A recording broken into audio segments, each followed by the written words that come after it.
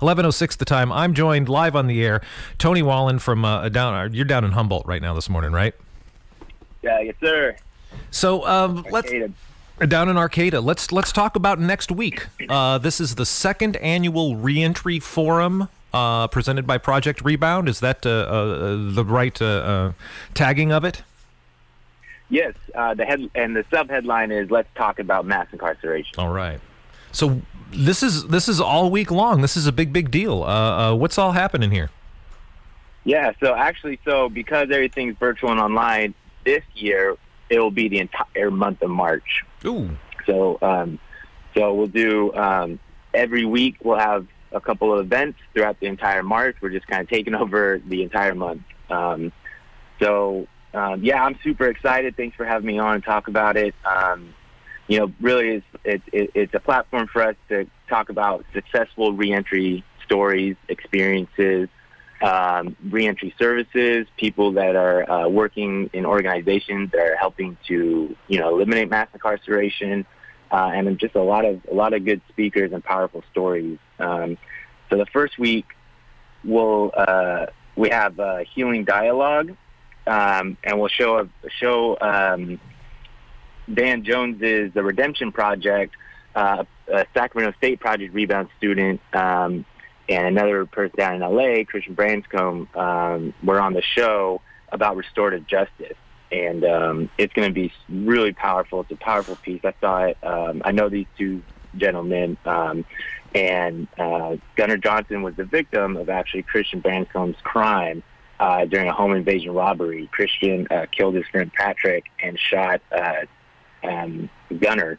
And now they do victim-offender dialogue. 25 years later, healing justice, and they go around talk about what restorative justice means and how it relates to their experience. It's one of the most powerful things I've ever experienced myself. And then on Tuesday and Wednesday, we have Root and Rebound doing all-day free legal clinics for anyone in the Del Norte County, Humboldt County, Lake County, San Joaquin County, Mendocino County, and Sacramento County. So anyone with any criminal convictions or has any kind of record, they could plug in and get free legal advice, free legal help, working on expungements, stuff like that. And it's all free.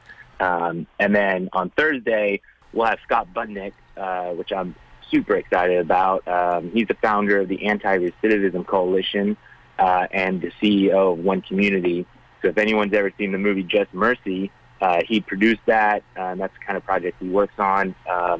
Big name in reentry, and also one of our students, who Paul, Mark Taylor, will also be joining in on that event because him and Scott are good friends, and we'll be hosting a dialogue on reentry, the founding of ARC, Mark's work within the prison, being a life coach up at Pelican Bay, also being a Project Rebound student.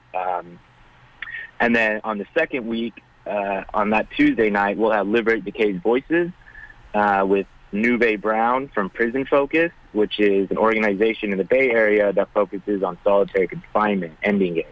And then her partner, formerly incarcerated editor for the San Francisco Bayview, which I'm really excited about to get him on, Keith Malik Washington. Oh, wow. We'll talk about their work together, and also what it means to have a loved one who's incarcerated and coming back home and dealing with, how to communicate with your loved one who's incarcerated, what it's like when they come home and still dealing with parole and trying to see each other, et cetera. And I'm very excited for that one as well. And then on that Thursday, we have Dr. Renee Bird, who's the department chair, the sociology department, HSU, who will be hosting a presentation called Curating Just Futures, Abolition, Reentry, and Ecologies of Liberation. So it's an abolition talk presentation with some Q&A after that. And then the third week, we'll have David Haney, who is part of Abolish Humboldt PD. We'll do a quick 15-minute presentation on what abolition means, abolishing police systems, and then after that, it'll be a video that organization has made about police violence and where to go from there. And then that Thursday, also very excited. We have Jimmy Santiago Baca coming back, who's an award-winning poet, playwright, screenwriter, author, educator. He's formerly incarcerated. He taught himself how to read and write while he was in solitary confinement in an Arizona prison many decades ago, and now he just is a powerhouse, a wonderful writer. He does a lot of literacy projects within juvenile halls, prisons. He works on immigration issues, and so really excited about that. Also, if you're an HSU student and you register, the first 65 HSU students to register will get 2 free books of Jimmy Santiago's that he will be referencing in his reading. We still have a lot of slots. Please sign up. We'll just put your address on there, and we'll mail you. Project Rebound will mail you those 2 books. And then in the 4th week, we have on Tuesday, Changing the Narrative in Higher Education. So it'll be moderated by the director of Sacramento State Project Rebound, Andrew Nguyen, and it'll be a roundtable discussion of the newest campuses, CSU campuses, to adopt Project Rebound. So it'll be myself with HSU, it'll be Northridge, San Marcos, and Long Beach. And so we're all formerly incarcerated. We all work for the CSU system for Project Rebound. So we'll kind of just have a informal kind of talk on how we got Project Rebound to our campus, what we're doing within the community. And we're all pretty good friends. So it should be a really good and lively talk. And then on that Thursday of the 4th week will be Arts and Corrections, which, Paul, thank you very much for being part of that. They'll be basically focusing on the William James Association's presence within Pelican Bay. So the Janessa Johnsrud from Del Arte, Julie McNeil teaches the visual arts in there, and then and we'll also focus on the podcast and how much impact that's making. And by the way, one of my favorite podcasts. So thank you for that, Paul. Thanks for that. Yeah. I'll make a promo. Thanks for the mention. Yeah, of course. And then the last week on March 30th, that Tuesday, the event is Colonization to Mass Incarceration. We'll be focusing on Leonard Peltier and the Chief Justice of the Yurok tribe, Abby Abenante, and Native American Studies professor and critical race and gender studies professor Rain Marshall will be hosting that event and talk about indigenous struggles with incarceration and within our area. So super excited. And if anyone wants to register, you can go to the library, HSU Library Facebook. All our flyers are on there, and the links are on the flyers. Or you can go to humboldt.edu and go to the calendar events. And every event is on the calendar. It's every Tuesday and Thursday of March at 6 p.m. And you can also visit the Project Rebound website or the formerly incarcerated Students Club Facebook page, and everything will be uploaded there. Okay, so a couple of things. Dude, you're a great interview because all I have to do is say, hey, how you doing, Tony? And then you go off on all this information, and that's fantastic. I appreciate that. Thank you. And second... Years of journalism. Yeah, that's it. You know how to do it, right? You know how to write your lead. The second is, man... all this work. This is amazing. I mean, I got your emails and I realized it was like next week. And then I guess in the background, I'd seen other emails in the AR and the AIC part of it later on. I didn't realize it was going on for the entire month. That is a ton of informative, interesting content out there. That's beautiful. Great work, man. So this is all over Thank you. This is, who's putting this on? Is it a Project Rebound thing or an ARC thing or a coalition thing or wow, who's behind this? It is Project Rebound, mainly myself and my team working on it. So it's basically hosted by Humboldt State Project Rebound and the formerly and HSU's formerly incarcerated Students Club. Wow, that's just so much going on and such a lot of work there. I'm looking forward to being a part of as much of this as possible. I'd love to know the history of the ARC and hear what Scott Budnick has to, because he's a name I've only heard about, and I've never actually heard him speak or talk, in any sort of way. And then of course the Leonard Peltier stuff. That's just fantastic, and having Judge Abby on and focusing on all these different aspects of mass incarceration. You were present. If you still have another couple of minutes, I've got a couple of questions for you I want to ask. Of course, yeah. So the next Pelican Bay Unlocked, thank you for the mention of the podcast. The next one is going to be all about David Wynn getting out as is he, what's been almost 2.5 weeks ago now. And you were there the day that David got out. Can you speak at all? I mean, what sorts of encumbrances, what gets in the way of somebody who gets out? What sorts of things do they have to watch out for? Well, strictly speaking, on like barriers, right? When you're getting released, I mean, there's all these kind of stigmas attached to it, right? And in David's case, right, he's on parole, right, and he's in a transitional home, so he's got all these stipulations where he can't leave at a certain time, he has to be back at a certain time. You have a 50-mile radius to where you can travel. You have to do, if you want to go somewhere, you got to let your parole officer know, things of that nature, where you're still, honestly, when you get when you get released from incarceration, you're still really incarcerated, if you're on probation or parole on the outside. It only until you get off of those supervision is when you're really, free.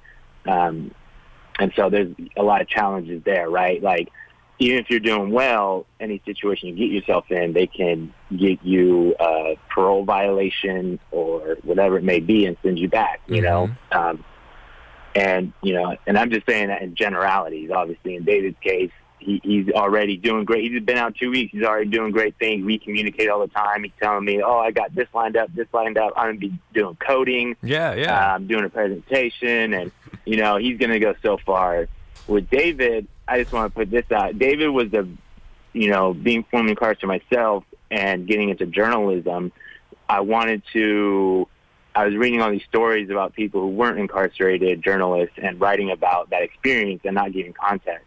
David's story was the first big story that I wrote, and we talk about it quite a bit. And I've been, I don't know, it's just it was a turning point meeting David for me, and we just related so well. And but yeah, the barriers are, until you're off parole or probation, you're still kind of in the community, but you're still incarcerated. Yeah. What about, and that's like very functional and nuts and bolts sorts of things, but what about the more abstract, like the mental and emotional aspect of it?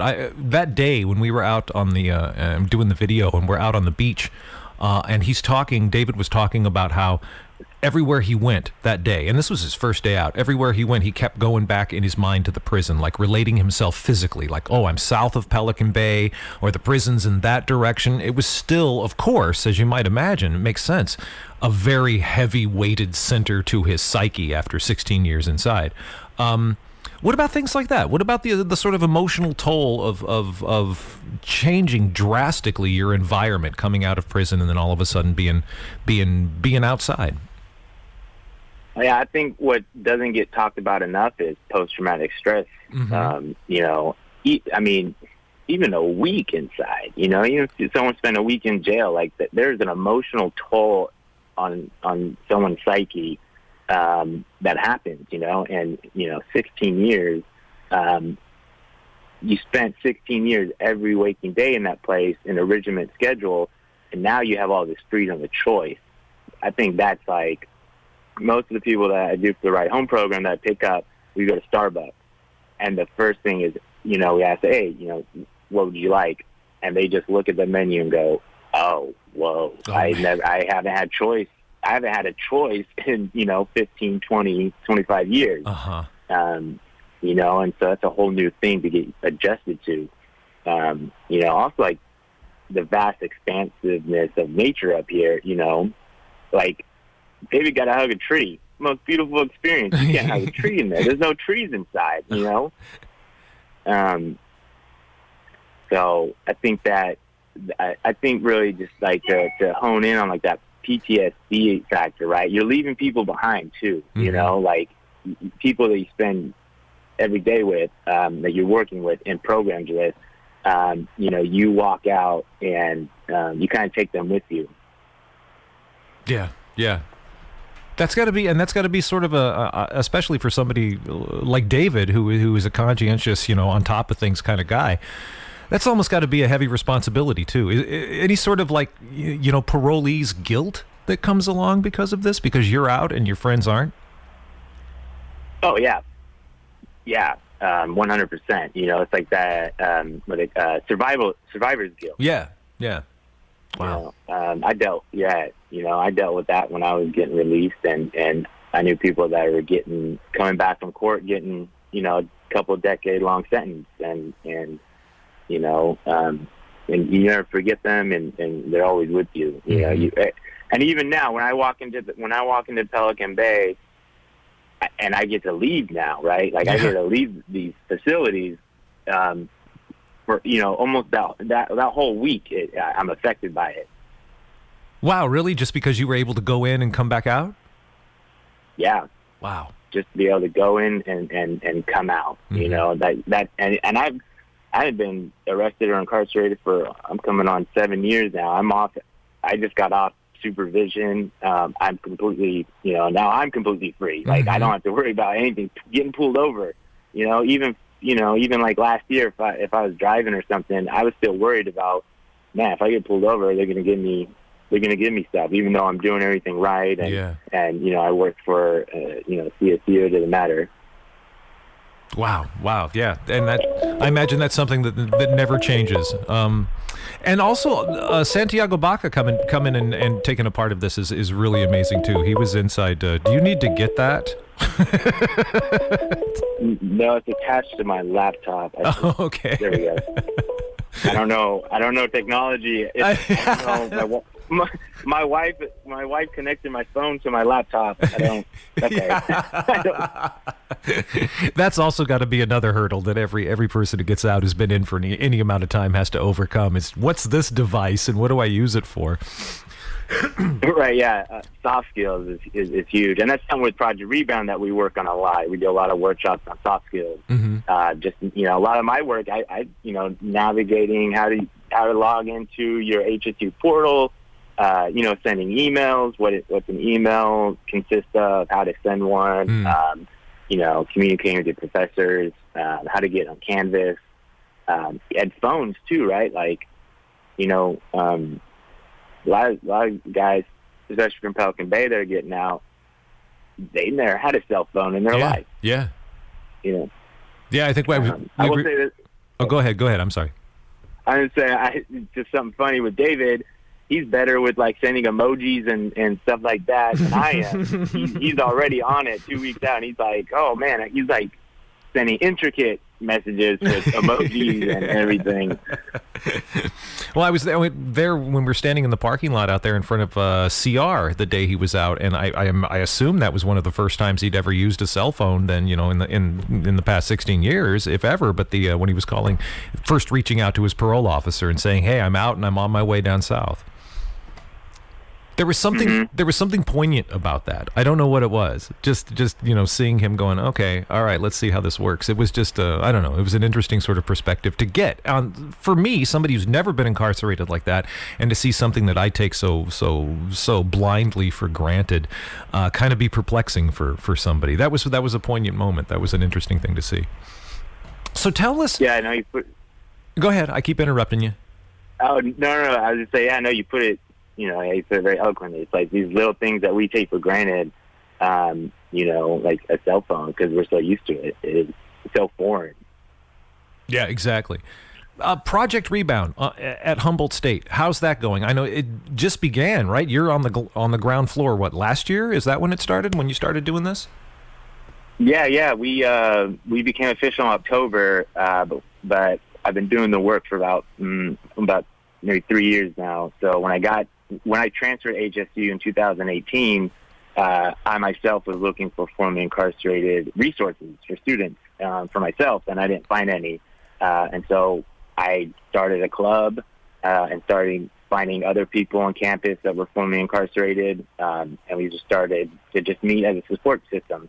And then more people joined, and we started bringing awareness. And then it's funny, I did a I was writing a story about Pelican Bay, and I was kind of at my wit's end because the first 6 months it was just me in this club. No one was really wanting to kind of, join or be vulnerable, and I don't have any organizing skills. I'm just like, I'm a really good people person.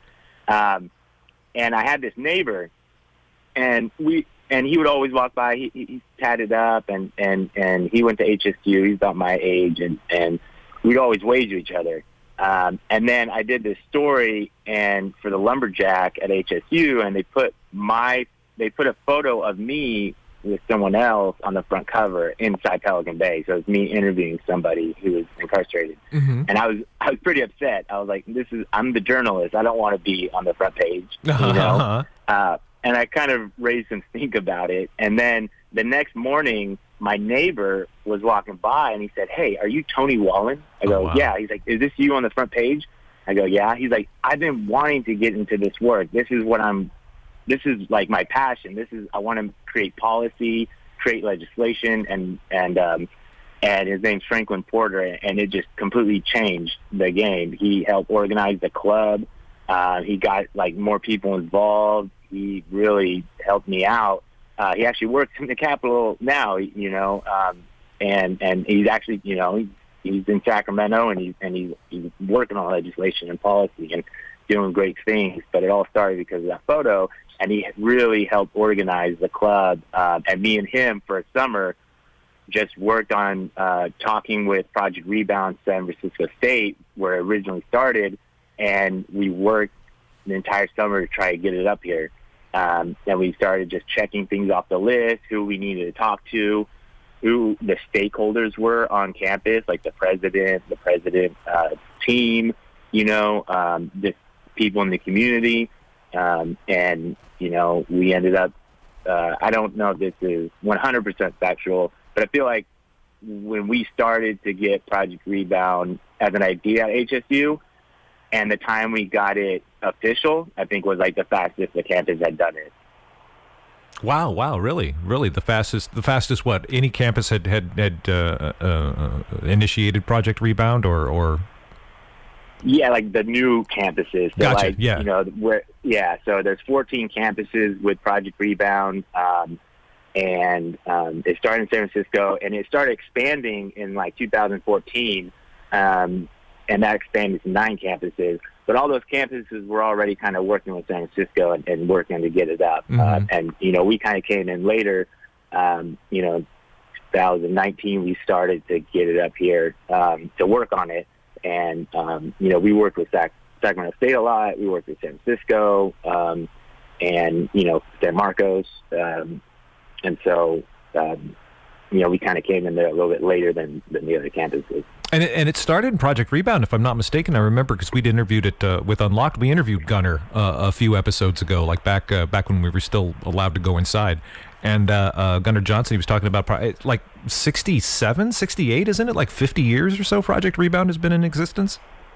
Yeah, 67 by a man named John Irwin, who spent time in prison in the 50s.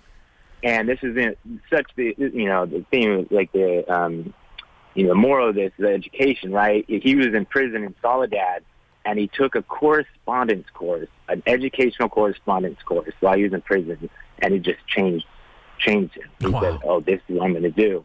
He ended up getting his doctorate and becoming a professor at San Francisco State University. And then he started seeing more students who were also formerly incarcerated, and he ended up starting the program. He said, "Oh, my students need resources. I'm going to start Project Rebound."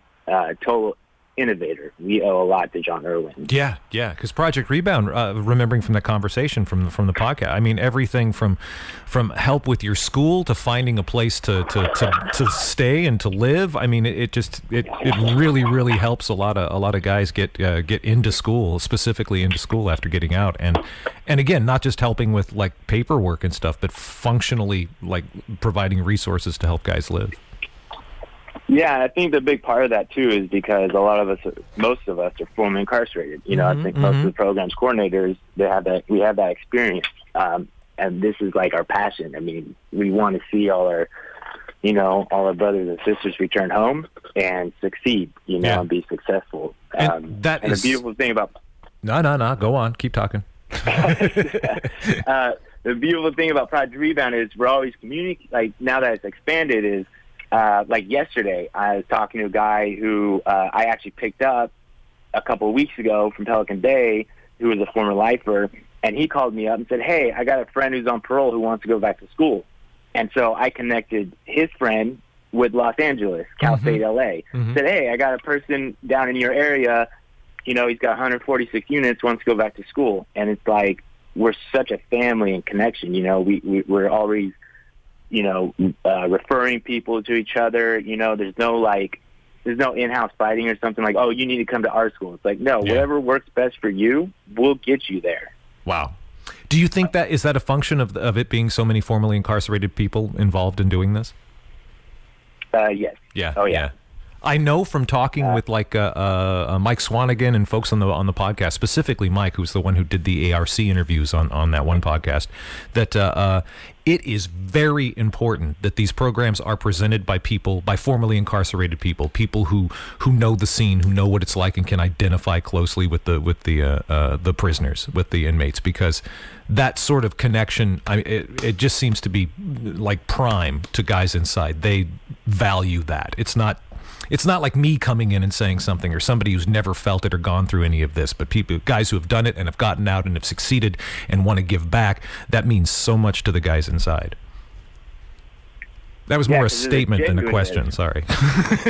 No. I completely 100% agree with you. You know, it's a good analogy is like when I was first trying to get clean off heroin, when I was younger. The first counselor I had that I got referred to by the court system was someone who was not a heroin addict, and so I couldn't relate. You know what I mean? I could not relate with this person, and so there was no, you know, I wasn't absorbing anything they were saying, you know, and for the former incarcerated, for us talking to someone who is currently incarcerated. Too, right? Like for me, when I was going back to school, I went back to school because someone else who was on parole at my halfway house was going back to school. I was just following their footsteps. I said, "Oh, you can do it?" That's like I can do it then, and that's what, you know, and hopefully that's what I do is I follow footsteps of a person in front of me, and hopefully someone behind me is following my footsteps. And that seems like a much more beneficial sort of pipeline to lay down, instead of the you know, from the streets to prison and back out, but to lay off these offshoots that lead into like places like higher education or career development or things, you know, for guys who get out and can have a future and see a way forward. It's really beautiful, and this whole month's full of things that you've outlined for us. So March.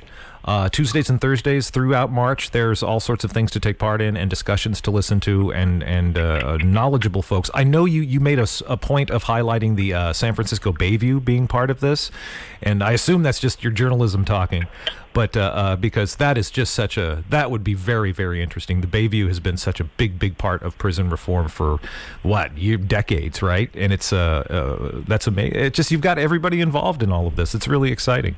Where then, because I know you've got class coming up, where can folks go again to find out more about all of this happening in March?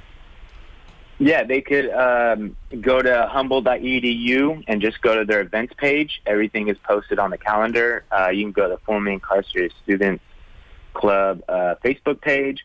You can go to Project Rebound Humboldt State website, which is on the humboldt.edu page. Or you can go to the HSU Library Facebook page as well. And if I can successfully download, I think it's because the flyers have hyperlinks in them, and so my filters on my laptop don't like that. But if I can successfully download them, I will certainly put them on our Facebook page. If not, I do have the first versions that you sent out that don't have the hyperlinks. So we'll get all that information posted as well as this interview on our Facebook page and our YouTube channel too. Tony, thank you very much for talking with us. Is there anything else that we didn't mention that you want to make sure gets mentioned? No, just we'd love to see as many people as we can at this event. Right, we're a community, and that's our main focus is strengthening our community. Yeah, right on. And remember that those guys in blue on the inside, even when they're inside, are still a part of our community. So, Tony, thank you so very much, Tony Wallin. And for folks who are interested about you and your work, you've mentioned the Project Rebound places, but most of your journalism has been North Coast Journal. Is that correct? North Coast Journal and Redheaded Black Belt. Right. Kemp page. Yeah. Yeah, so Google Tony Wallin, Wallin, fantastic writer, and writes just that one piece about David. I told you it could be like in the Atlantic or something. It was just a nice, long, fat, toothy piece. I really enjoyed reading that. Thank you. Appreciate that. Thank you so much, Paul. All righty, Tony, you take care, and I know you're going to be busy for the next month or so, and also going to school and everything you do. It's good hearing from you, and we should do this again sometime. Yeah, I would love to. Anytime. All righty, Tony. Thank you, man.